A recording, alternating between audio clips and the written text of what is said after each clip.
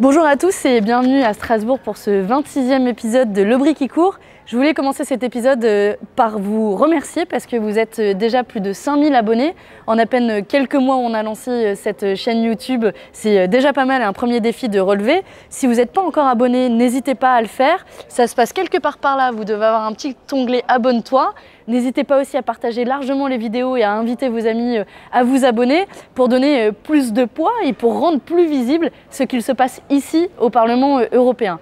Alors cette semaine pour cet épisode, on va commencer par une petite course, littéralement, dans les couloirs où on se les jouait un peu à la Élise Lucet pour aller poursuivre les commissaires européens qui n'ont pas mis à jour leur déclaration d'intérêt malgré l'obligation qui leur est faite. Je voulais aussi vous parler cette semaine d'une révision qui est annoncée des processus de contrôle budgétaire au niveau européen, comprendre l'austérité, mais je vais vous montrer que tout ça a un lien avec les réformes sociales en France et notamment sur les retraites et l'hôpital public. Ensuite, je vais vous parler de deux votes scandaleux sur un traité de libre-échange et sur les subventions aux énergies fossiles. Et pour dénoncer tous les tartuffes qui parlent haut et fort d'écologie et votent tout le contraire ici au Parlement européen à Strasbourg. Et enfin, pour notre coin des lobbies, j'accueille cette semaine un coin des lobbies un peu spécial avec Leila Cheibi, ma collègue.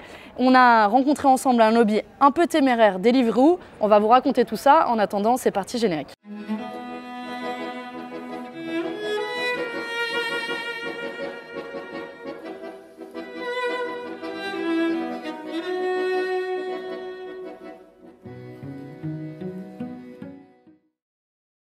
Le 1er janvier dernier, les membres de la Commission européenne sont dans l'illégalité et personne ne semble s'en émouvoir. Aussi, je voudrais vous demander, Madame la Présidente, d'exiger que la Commission européenne respecte cette obligation de publication des déclarations d'intérêt financiers et que prime une bonne fois pour toutes l'éthique sur le fric.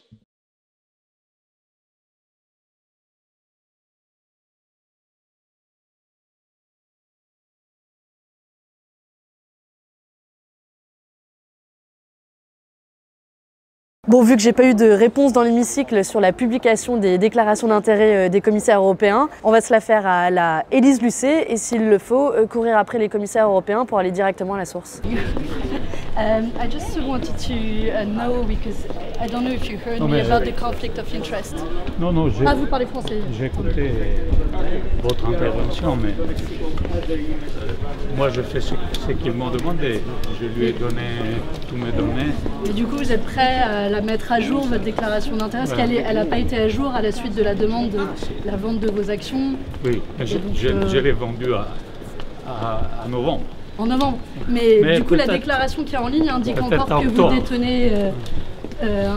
vous détenez, ces actions-là. Donc, c'est vrai que pour un citoyen, quand on a vérifié sur le site internet, je crois que c'est la commission qui va décider le timing, c'est pas moi. Hein. Ok. Mais vous êtes prêt à la mettre à jour, votre déclaration d'intérêt? Moi j'ai fait ce que j'avais dit de faire et je l'ai fait avant de devenir commissaire. D'accord. Du coup, on peut compter sur vous pour qu'elle soit à jour. Absolument. Ok, merci beaucoup, monsieur. Au revoir. Presidente, si parla di un eventuale caso di... Désolée, est-ce que je peux en profiter pour vous interpeller? Je suis Manon Brie, la coprésidente du groupe de la gauche unitaire européenne. Juste, je voulais vous interpeller, je ne sais pas si vous avez vu qu'il y a une obligation pour les commissaires européens de publier les déclarations d'intérêt et de les mettre à jour chaque 1er janvier. C'est fait. Vous l'avez mis à jour? Alors, à la minute près. Aujourd'hui, en même temps que je vous parle. Pas du tout, c'était fait en janvier. Mais non, j'ai regardé, elle n'a pas été mise à jour. Parce que les commissaires européens ne sont pas dans la légalité en la matière. Elle a été mise à jour en janvier. En janvier, le 1er janvier. Regardez, vous la regarderez, elle a été mise à jour le jour même. Ça marche. Bah, merci beaucoup. Bonne soirée.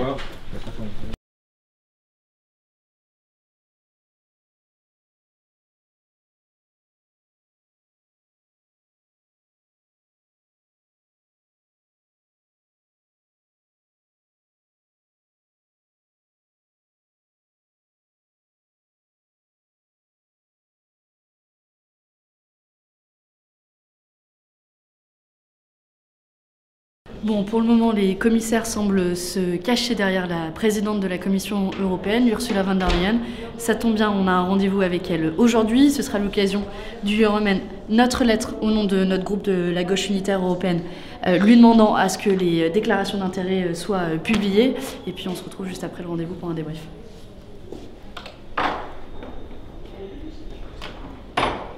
Alors on sort tout juste du rendez-vous. Manifestement on était attendus sur les sujets d'éthique puisque Ursula von der Leyen avait notre lettre et qu'elle était prête à y répondre. Et bonne nouvelle, la Commission s'est engagée à publier les déclarations d'intérêt des commissaires européens dans les 7 à 10 jours qui viennent. Comptez sur nous pour bien vérifier cela et surtout analyser les déclarations d'intérêt de très près. Et en attendant, c'est quand même une première victoire de l'éthique contre le fric. Avec toute cette histoire, on voit qu'on a bien fait de poursuivre les commissaires européens et de leur demander des comptes. Ça les a forcés à réagir et forcé à réagir aussi la présidente de la Commission européenne. Mais nous, on ne va pas s'arrêter en si bon chemin parce que la bataille contre les conflits d'intérêts, elle doit être permanente. Et c'est pour ça qu'on va continuer à demander une autorité indépendante de contrôle des conflits d'intérêts. Et s'il faut, la prochaine fois, on demandera à Élise Lucet de venir avec nous courir après les commissaires dans les couloirs européens pour faire gagner une bonne fois pour toutes l'éthique contre le fric. On voulait vous parler cette semaine du lien entre les mobilisations sociales en France, sur les hôpitaux, sur les retraites, mais aussi sur le climat et les enjeux européens. Parce que on l'oublie souvent dans le débat, mais ces deux questions sont intimement liées. Quand la France d'Emmanuel Macron et même les gouvernements précédents décident de couper dans les dépenses publiques et notamment dans les hôpitaux publics, quand le gouvernement d'Emmanuel Macron décide de faire une réforme des retraites qui, on le sait tous, va à la fois diminuer notre niveau de pension et nous faire travailler plus longtemps, eh ben, ça vient pas de nulle part. Et c'est notamment, ça prend une inspiration dans ce texte. Ce texte, c'est les recommandations de l'Union européenne faites à la France dans le cadre de ce qu'on appelle le semestre européen. En fait, le semestre européen, c'est le processus de contrôle budgétaire qu'exerce l'Union européenne sur les différents États membres et qui permet de faire des recommandations, leur dire vous devriez mettre en œuvre cette politique plutôt que cette politique. Et en fait, quand on regarde dans le détail, bon, le document est assez long, mais il est instructif.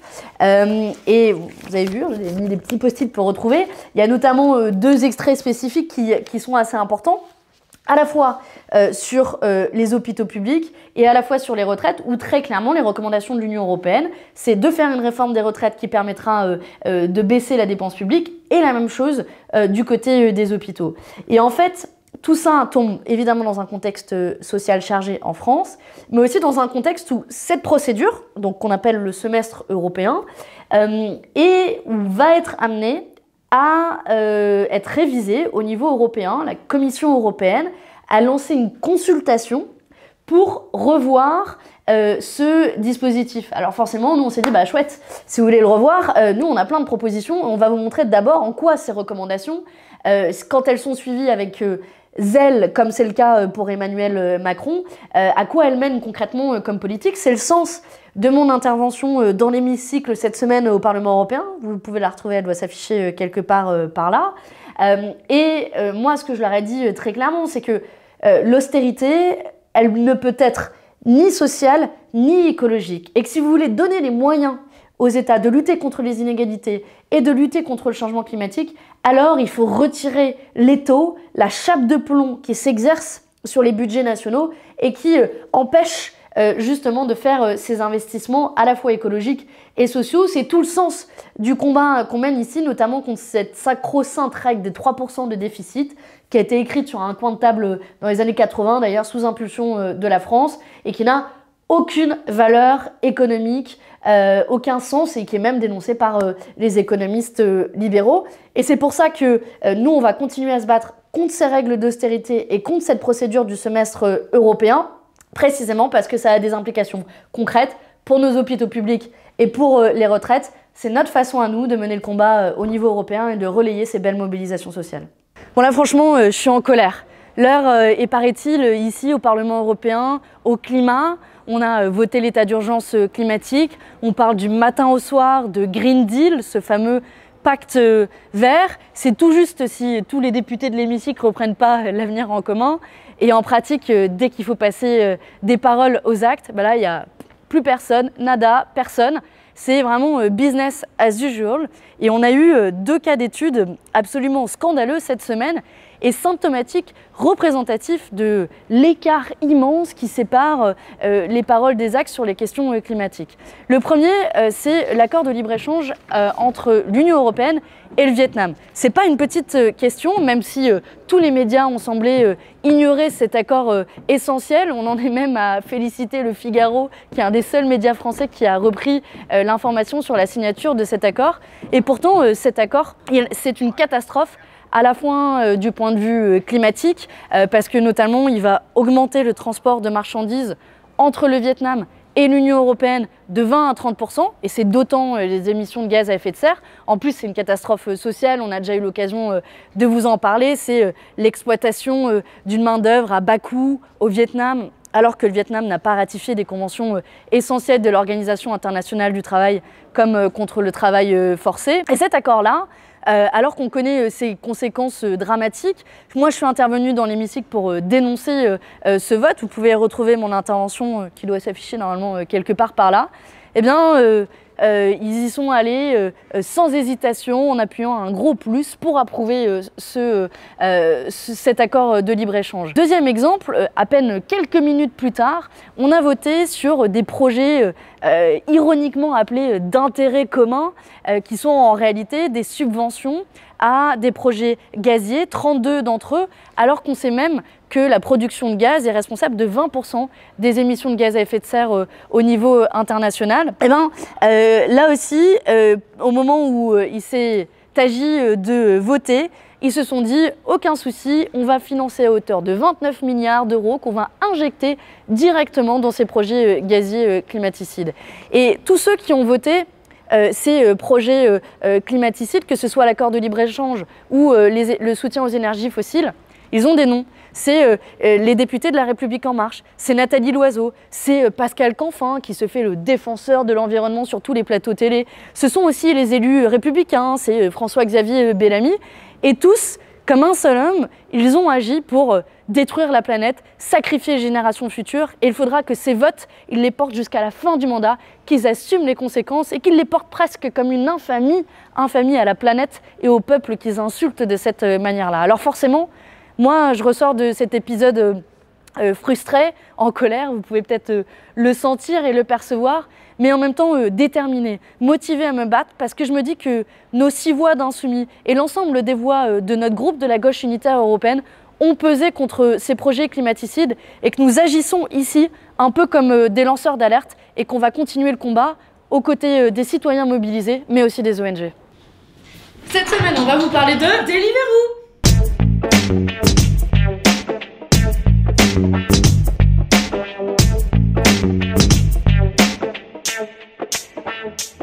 Alors cette semaine, c'est un coin des lobbies un peu spécial. On a une invitée. Alors ce n'est pas un lobby, c'est Leïla, ma collègue que vous avez reconnue, qui est élue avec nous. Et la raison pour laquelle Leïla est dans ce coin des lobbies, c'est qu'on a rencontré un lobby Deliveroo qui a demandé à nous rencontrer. Et comme nous, on est assez curieux, bah, on a dit oui. Oui, il était venu spécialement pour nous de London et c'était un monsieur qui était chargé des public offers. Vous pourrez noter l'accent anglais. Oui, voilà. Et c'est vrai qu'il s'attendait pas à me voir, moi, à ce rendez-vous. Leïla, quand même pourfendeuse des plateformes et qui défend le droit des travailleurs ubérisés, y compris au niveau européen. Et en fait, pendant tout le rendez-vous, on a essayé de lui faire comprendre que c'était pas normal que les travailleurs des plateformes, que les coursiers à vélo, ils aient pas de protection sociale, qu'ils aient des conditions de travail hyper dangereuses, qu'il y ait eu un mort il y a encore quelques semaines alors qu'il bossait pour Deliveroo. Et en fait, il persistait, lui, à nous expliquer que c'était des indépendants et qu'à ce titre-là, en tant qu'indépendants, ils n'avaient pas à bénéficier des droits qu'ont n'importe quel travailleur. Et surtout, moi, ce que j'ai adoré, c'est qu'ils ont fait plein d'enquêtes internes et ce que préfèrent les livreurs, c'est leur liberté. et que cette liberté, on peut l'avoir que en étant globalement des travailleurs exploités, quoi. Voilà, c'est ça, quoi. De toute façon, moi j'avais rencontré Uber il y a quelques mois, c'était exactement le même discours. Tu passes ton temps avec les lobbyistes, ouais. en fait. En plus, c'est moi qui leur demande, contrairement à toi, Manon. Moi, c'est moi qui demande d'avoir Uber, c'est moi qui demande d'avoir Deliveroo. Mais en fait, on sent vraiment que Deliveroo flippe à fond, qui se passe en Europe, ce qui s'est passé aux États-Unis. Aux États-Unis, il y a une loi qui a imposé aux plateformes de reconnaître leurs travailleurs comme des salariés et donc avec les droits des salariés. Il y a quelques jours d'ailleurs, en France, pour la première fois, Deliveroo a été condamné à reconnaître le lien de subordination qu'ils avaient avec leurs travailleurs, c'est-à-dire que leurs travailleurs étaient non pas des indépendants comme ils voulaient le faire croire, mais des salariés. Et ça, en fait, c'est partout dans le monde. À chaque fois, les tribunaux reconnaissent que ces travailleurs-là sont des salariés et ont droit à ce titre-là à bénéficier de tous les droits d'un travailleur. Et du coup, la prochaine étape pour nous et notre bataille au Parlement, c'est quoi ? La prochaine étape, c'est justement d'avoir une directive européenne qui protège les droits des travailleurs des plateformes. Un vrai truc contraignant. On voit que c'est le gros flip de Deliveroo et c'est pour ça qu'on va pas lâcher là-dessus. Ça veut dire qu'on est dans la bonne direction si les lobbies flippent. Oui, et puis c'est toujours la bonne nouvelle. Un autre truc qui m'a marqué aussi dans le rendez-vous, c'est quand on discutait avec eux, avec lui, quand on lui demandait mais quelles sont les conditions de rémunération en fonction des horaires et tout, et puis je lui ai reposé la question plusieurs fois en plus, en lui demandant mais combien ils sont payés quand ils font des courses à 23h et combien ils sont payés quand ils font des courses à midi. C'était exactement la même rémunération et pour lui, il voyait pas où était le problème. Et je pense que c'est lié à la liberté de travail et donc la liberté d'être exploité de nouveau. Ouais. Et du coup, nous, on va continuer à se battre à l'échelon européen. Layla va mener la bataille et on espère que la prochaine livraison qu'on fera à Deliveroo, c'est une bonne régulation européenne qui reconnaisse le droit des travailleurs. Et puis délivre-nous de la précarité. C'est la fin de ce 26e épisode de L'Aubry qui court. Cette semaine, c'était une semaine au pas de course au sens propre comme figuré, y compris derrière les commissaires européens. On se retrouve la semaine prochaine à Bruxelles. Avant que je fasse un petit tour dans mon sud natal pour aller soutenir les campagnes de tous les copains au municipal qui se battent avec beaucoup de courage contre l'extrême droite. J'aurai l'occasion de vous en parler avec un peu plus de détails la semaine prochaine.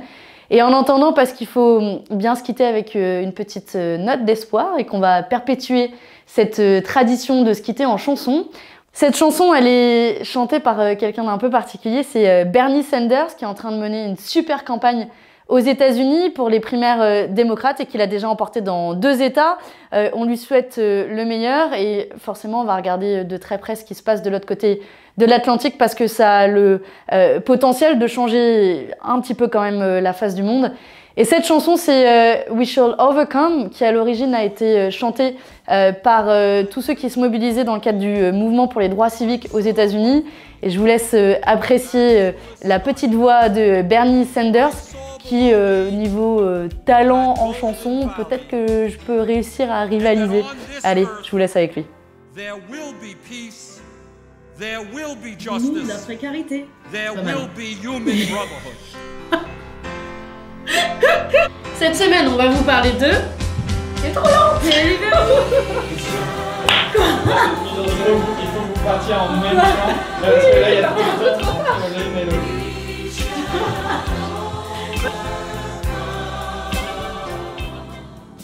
Where have all the soldiers gone? Long time passing. Where have all the soldiers gone? Long time ago.